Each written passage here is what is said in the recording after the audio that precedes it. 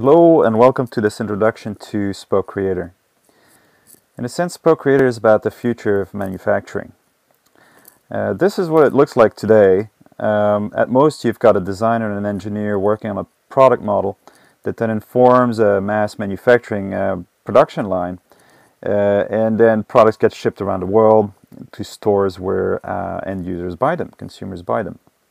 Now, we hope to contribute to a world that looks a little bit more like this, where the line between designer, engineer, users kind of blurs, and the digital product model is brought all the way to the front of the production cycle, even before the product is actually manufactured. And we think Spoke Creator is ideally positioned to bring that digital product model right to the point of purchase in front of the consumer in the browser. And basically act as a hub between designers, engineers, and consumers.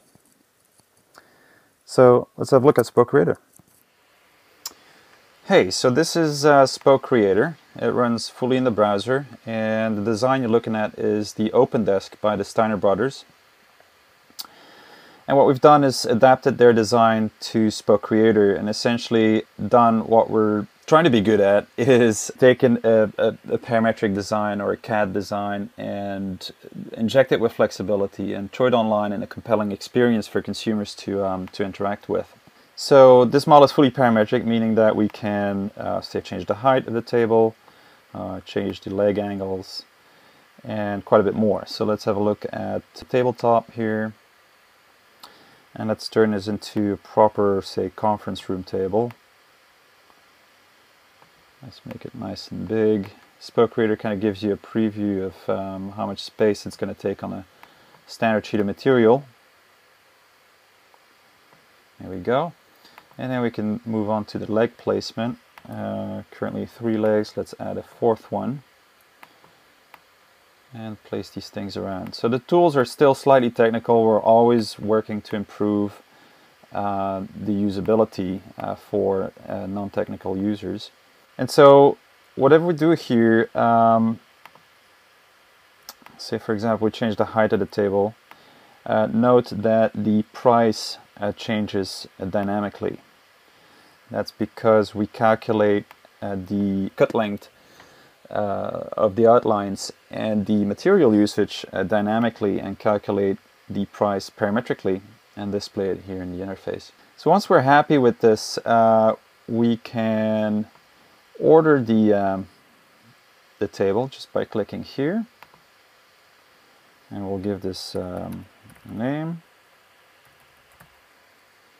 submit the order, and what that's going to do is send an email to the manufacturer with a link to this very configuration. And I'll pretend I'm the manufacturer. And so here's the email. We can open it, and there is a link in here that we can click on, and it will open Spoke Creator on that specific desk configuration. So then the manufacturer can come in and modify a few parameters. Say for example the material stock that's currently available is not exactly 18 millimeters. The manufacturer can tweak the design here depending on that. And last but not least, of course, do a layout of the cut. Of course, we're going to offer nesting solutions when we can. At this point, it's just a manual layout. I think I did a cut layout for a conference table before, so we can just use the Spoke Creator preset system to load that up and reapply that here. Just like a final check here. See whether the tail is okay, and there we go. We can now export or download the cut file and open it up in our favorite CAD/CAM package for sending to the machine. There you go. So what we've seen up to this point is Spoke Creator's presentation mode, what we call the Spoke mode. But it's really Spoke Creator's magic trick that we can seamlessly switch between the editor and presentation mode, because both fully work in the browser. So with a flick of a switch, I can now look at the logic, the parametric logic behind the OpenDesk Spoke, and these parametric networks can be nested. So every one of these, what we call molecules, you can dive into, and reveals another layer of complexity that we've built in here. For example, we have a little price module here that reads something from a table, and the tables are hidden here on the side. So we're writing values to the table and then reading them out here and calculating a price based on those table values. You can actually edit those values directly. Say you want to change your markup from 1.5 to 1.75, it will update the price dynamically. So we can do pricing very parametrically as well. But instead of looking at this maybe a too complex example to start with, let's look at a classic parametric example, or classic parametric setup of a seashell. So we start with a circle and move that circle a little bit to the left, and then copy that a few times. And we're going to open a parameter window here and say make 100 copies, rotate every copy 30 degrees, and scale that every copy down a little bit compared to the previous one. We end up with all these curves, which we can then skin into a proper shell looking surface. So how can we make this more interesting for people to play with? Because right now it's a fairly static model. Sure, you can edit the radius of this polycircle here, but it is not really exposed to the end user, and we can easily check that by switching to presentation mode, and there's nothing here. So basically you can present the model, which is cool, in the browser. It gives you a direct URL for people, so you can sell people to that URL, but at this point there's not much interactivity. So how do we inject flexibility into this parametric model? Well, Spoke Creator has a few ways of doing that, and one of them is creating parameters. And we're creating a float here that's going to control, say, the radius of that opening here. So let's call it radius. And we're going to set some default values. I think the radius by default is 1, and we're going to put a minimum 0.5 and a maximum of 2. And connect that to the radius of the polycircle like this. And as a last thing, we make this float, this number, sticky, which means that it is going to become a permanent parameter of this scene, whatever we have selected here in the graph. So now if we go to presentation mode, we have our radius attribute, and we can just play with that here. What else can we do?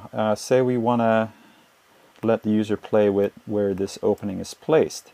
We can do that by selecting the skin and shift selecting the translate, and this exposes the translate manipulator that we have on the translate node. And we can remember this combination, this selection combination, by creating a spoke tab, and let's call it move opening. And again, that will persist in the presentation mode, the spoke mode. And you can now play with the shape of the shell. We can let the user edit the shape of the circle here. We'll insert an edit points node between the translate and copy, and again select the skin node and shift select the edit node, and now the user can play with the points. And again, we're going to create a tab for this. There we go. And if we go to presentation mode, we can now switch between just moving the opening or editing the opening. Now maybe as a last thing, we can create a camera to present this a little better, and we'll import a background image for that. Let's browse some images. Let's pick this white backdrop here, bring that in, and connect its URL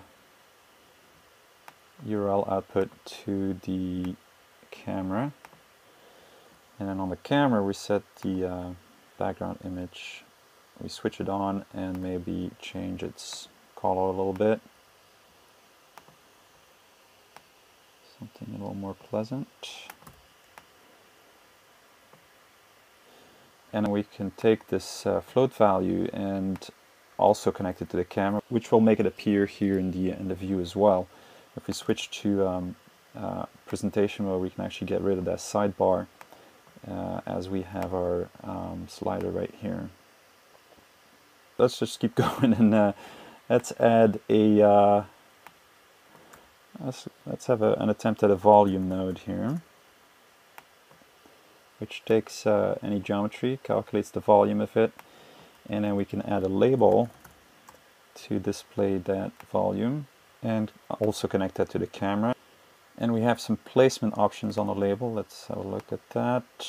Let's position it so 0.9, 0.9. So instead of displaying the volume directly, what we can do is disconnect this, put a multiplier in, and say this is a amount of dollars per volume. We can then display that, connect that to the label here and give it a suffix or a prefix here to give us a final pricing.